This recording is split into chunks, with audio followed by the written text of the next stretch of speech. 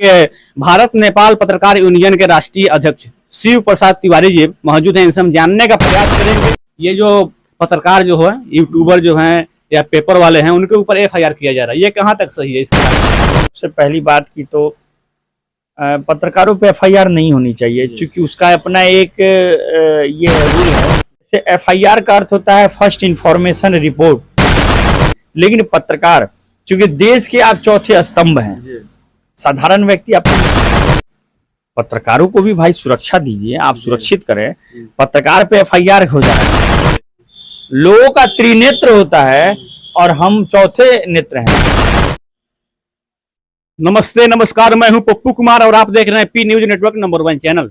अभी मेरे साथ एक भारत नेपाल पत्रकार यूनियन के राष्ट्रीय अध्यक्ष शिव प्रसाद तिवारी जी मौजूद हैं। इनसे हम जानने का प्रयास करेंगे जो आज पत्रकारों के ऊपर एफआईआर किया जा रहा है और फंसाया जा रहा है उसके बारे में।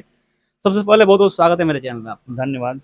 ये जो पत्रकार जो है, यूट्यूबर जो हैं या पेपर वाले हैं, उनके ऊपर एफआईआर किया जा रहा है, ये कहाँ तक सही है? इसके बारे में बताइए। देखिए, सबसे पहली बात की तो पत्रकारों पे एफआईआर नहीं होनी चाहिए, क्योंकि उसका अपना एक ये है रूल है।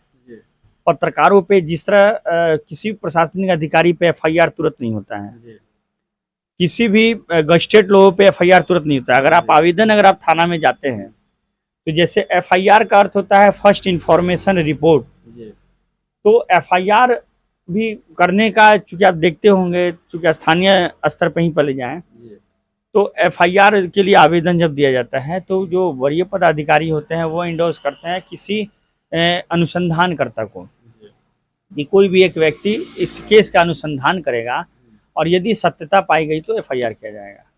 कभी कभी ऐसा भी होता है जो सर्कमस्टांसेस ऐसा देखा जाता है, ऐसा परिस्थितियां ऐसे बन जाती है जो नज़र आ रहा है कि थाना में आप देखते होंगे कि किसी का सर फट गया, माथा फट गया है, तो अब उसका फटा हुआ है, ये तो प्रत्यक्ष प्रमाण है और वो इंजरी ले करके आया है। तो उसमें उस परिस्थिति में भी प्रशासन जो होती है उसमें क्या इन्वेस्टिगेशन करेगा, क्योंकि वो तो देख रहा है कि इसका सर फट गया है और वो कह रहा है कि फलना आदमी मेरा सर फाड़ा है, तो भी एफआईआर होती है और उसका इन्वेस्टिगेशन होता है। लेकिन पत्रकार चूंकि देश के आप चौथे स्तंभ हैं, साधारण व्यक्ति आप नहीं हैं। जिस तरह न्यायपालिका, कार्यपालिका, विधायिका, इसी तरह आप भी पत्रकार जो हैं तो लोकतंत्र के आप चौथे स्तंभ हैं। तो आपके ऊपर यदि एफआईआर आसानी से हो जाया करे तो फिर आप समाज का इनाम क्या बनिएगा? आप क्या किसी को न्याय दिलाइएगा? कोई आप ऐसे थोड़ी ना है कि आप पत्रकार चल रहे हैं, आपके पीछे पूरा फोर्स काफिला चल रहा है, आपका कोई हाथ नहीं पकड़ सकता है, आपके पीछे बॉडीगार्ड पिस्टल है।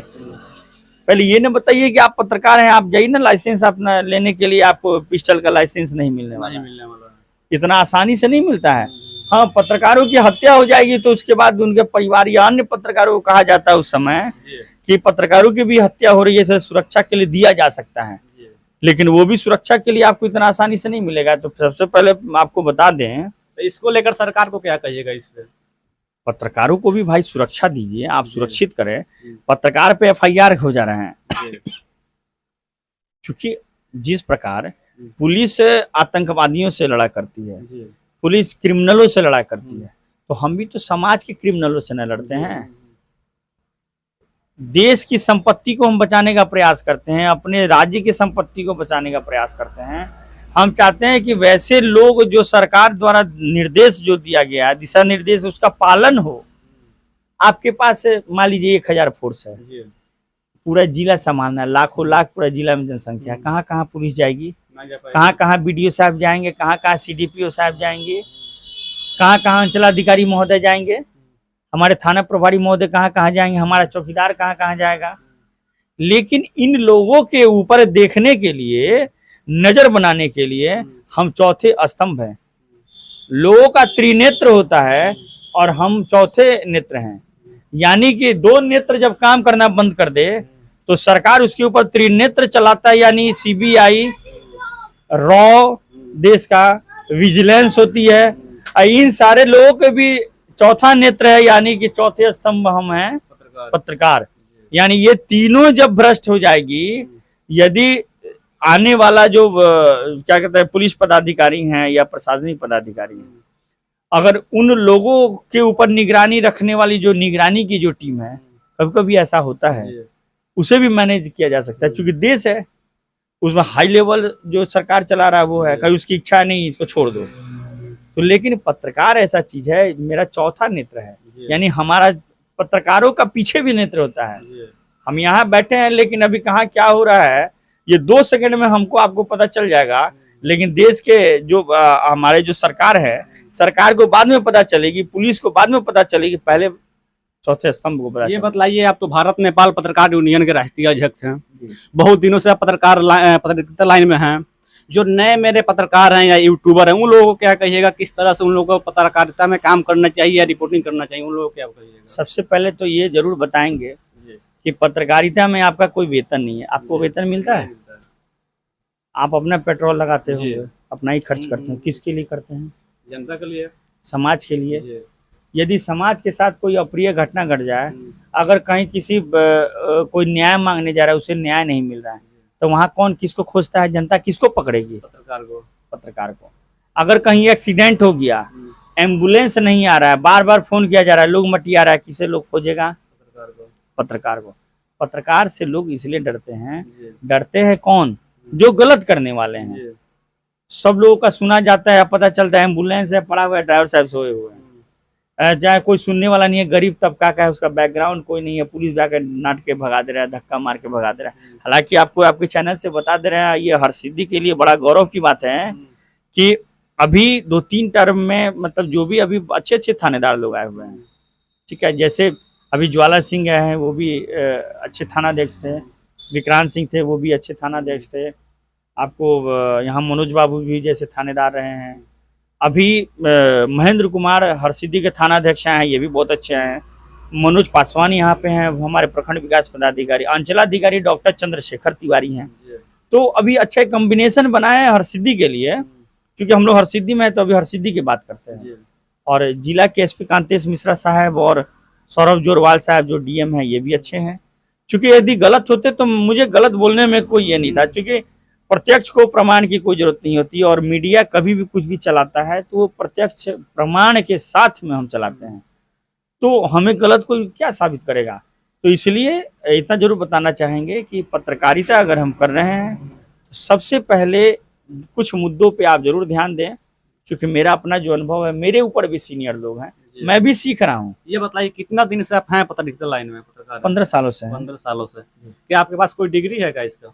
कि मैं मास कम्युनिकेशन से मैं पीजी किया हूँ, और मैं बता दूं आपको कि सीआरपीएफ के 3 कमांडेंट हमारे साथ किए हुए हैं, और यहाँ तक कि बता दी जो बहुत बड़े चैनल, मैं नाम नहीं देना चाहूँगा, उस चैनल के पूरे बिहार के जो हेड थे, उन्होंने ही मुझे ट्रेनिंग दिया।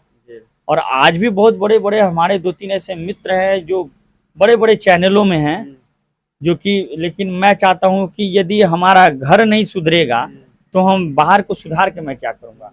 आज मैं इस पूर्वी चंपारण में मैं इसलिए हूं कि मेरा प्रयास होता है कि हमसे जो सीनियर जो रिपोर्टर हैं, जिले में बहुत पुराने रिपोर्टर हैं, सीनियर लोग हैं, उन लोगों से मैं भी सीखता हूँ, क्योंकि ये जो क्षेत्र है सीखने वाला है। हाँ, एक चीज़ जरूर बताना चाहूँगा, आपने एक प्रश्न किया कि पत्रकारों के लिए कोई संदेश क्या करना चाहिए, जो यूट्यूबर है या नए पत्रकार हैं, तो एक चीज़ जरूर बताना चाहूँगा कि सीखने का ही इसमें प्रयास करें, सिखाने का प्रयास नहीं करें।